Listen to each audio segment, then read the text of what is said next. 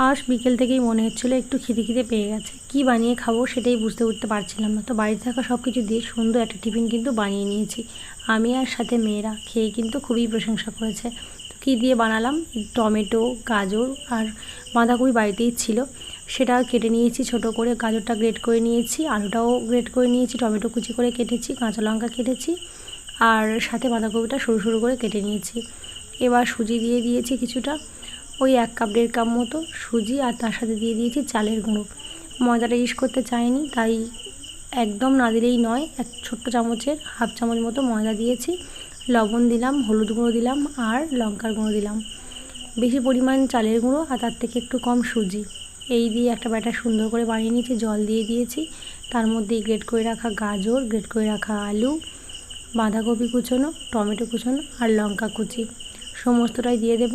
চাইলে এখানে দেওয়া যায় পেঁয়াজটা, আজকে ছিল বৃহস্পতিবার, তো সেই জন্য বৃহস্পতিবারে পেঁয়াজটা আমি ইউজ করিনি। ব্যাটারটাকে সুন্দর করে মেখে নিয়েছি, এইরকম পাতলা মতো করে ব্যাটারটা করতে হবে, সেই বুঝেই জলটা অল্প অল্প করে দিতে হবে।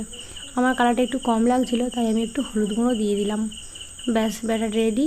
এবার কড়াইয়ের মধ্যে সাদা তেল দিয়ে অল্প অল্প করে, আমি যেমন হয় গোলা রুটি যেভাবে বানাই সেইভাবেই করেছি, অল্প তেলে, বেশি তেলে ছেঁকে ছেঁকে ভেজে নিলেই তো আরও ভালো হবে, কিন্তু আমি কম তেল ইউজ করেই করতে চেয়েছি। বেশি তেল খাওয়া স্বাস্থ্যের পক্ষে যেমন খারাপ, তেমন সন্ধ্যেবেলায় তেল চিপচিপে খাবার খেলে আমার খুব একটা ভালোও লাগে না, তাই কম তেল দিয়ে এইভাবে চেপে চেপে আমি আঁচটাকে একদম লোতে রেখে সুন্দর করে ভেজে নিয়েছি।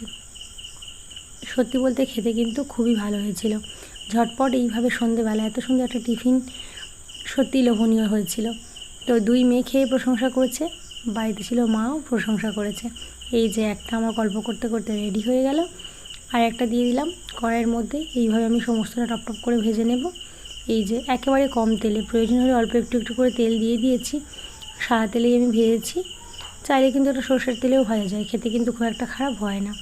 ব্যাস, হয়ে গেছে একটা পিঠ, আবার উল্টে আরেকটা পিঠ ভেজে নেব।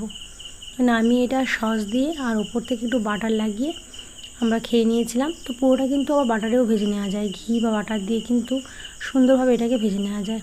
তো সস দিয়ে আর ওপরে বাটার লাগিয়ে এটা খেতে কিন্তু আমাদের অসাধারণ লেগেছে। তো বাচ্চাদের মধ্যে সবজি দিয়ে অনায়াসে অনেক সবজি খাইয়ে নেওয়া যায়, আর এর স্বাদটা কিন্তু বেশ ভালো। চাইলে এখানে বিনস, ক্যাপসিকাম সমস্তটাই দেওয়া যায়, এটা কিন্তু খেতে ভালোই হয়েছিল।